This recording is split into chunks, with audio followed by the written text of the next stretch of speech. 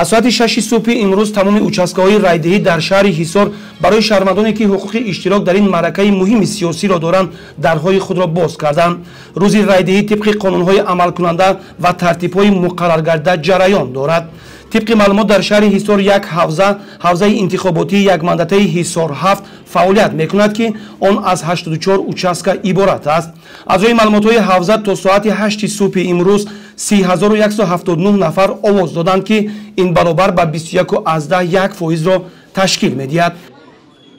имрӯз аз соати 6 субҳ чихеле ки мебинед мардуми шарафманди шаҳраки ҳисор барои номзадҳои арзандаи худ ба ин ҷо омада барои номзадҳои арзандаи худ овозҳои худро гузоштанд. то ин ҷониб соат 8:00 зиёда аз 1500 нафар шаҳрвандон овозҳои худро гузоштанд. чихеле ки мебинед тамоми шароитҳо барои овоздиҳандаҳо имрӯз мо фароҳам овардем. бояд қайд намуд ки иштирок дар интихобот ки дар мамлакат доир мегардад барои ҳар як шаҳрванди кишвар ки синаш ба 18 сола расидааст ҳатмӣ мебошад. рафти интихоботро дар шаҳри ҳисор нозирони миллӣ ва байналмилалӣ назорат мебаранд. My name is Imran Haider. I am ambassador of Pakistan to Tajikistan. Я являюсь членом миссии наблюдателей, которые приехали в город Гисар с целью проведения наблюдений за проходящими здесь парламентскими выборами. Помимо меня в миссии участвуют и представители других стран, членов Шанхайской организации сотрудничества. Мы уже посетили город Нурек, город Душанбе, город Дангару, а в настоящее время мы находимся в Гисаре.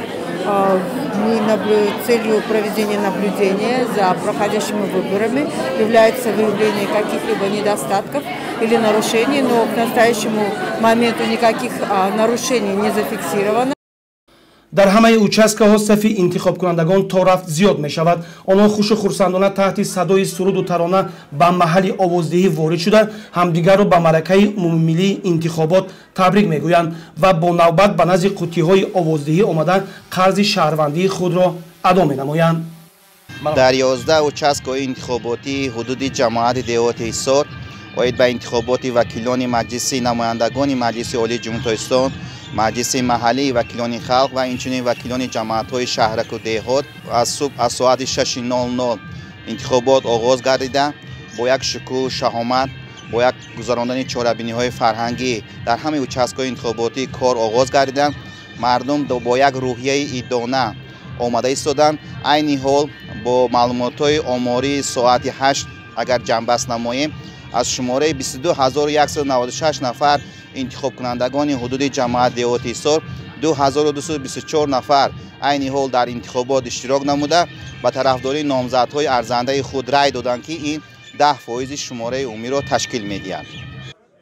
ҳамаи шаҳрвандон мувофиқи қонунгузориҳои амалкунандаи ҷумҳурии тоҷикистон ҳаққи иштирок дар маъракаи муҳими сиёсӣ доранд, зеро дар ин рӯз тақдири ояндаи худ ва давлатро озодона интихоб менамоянд.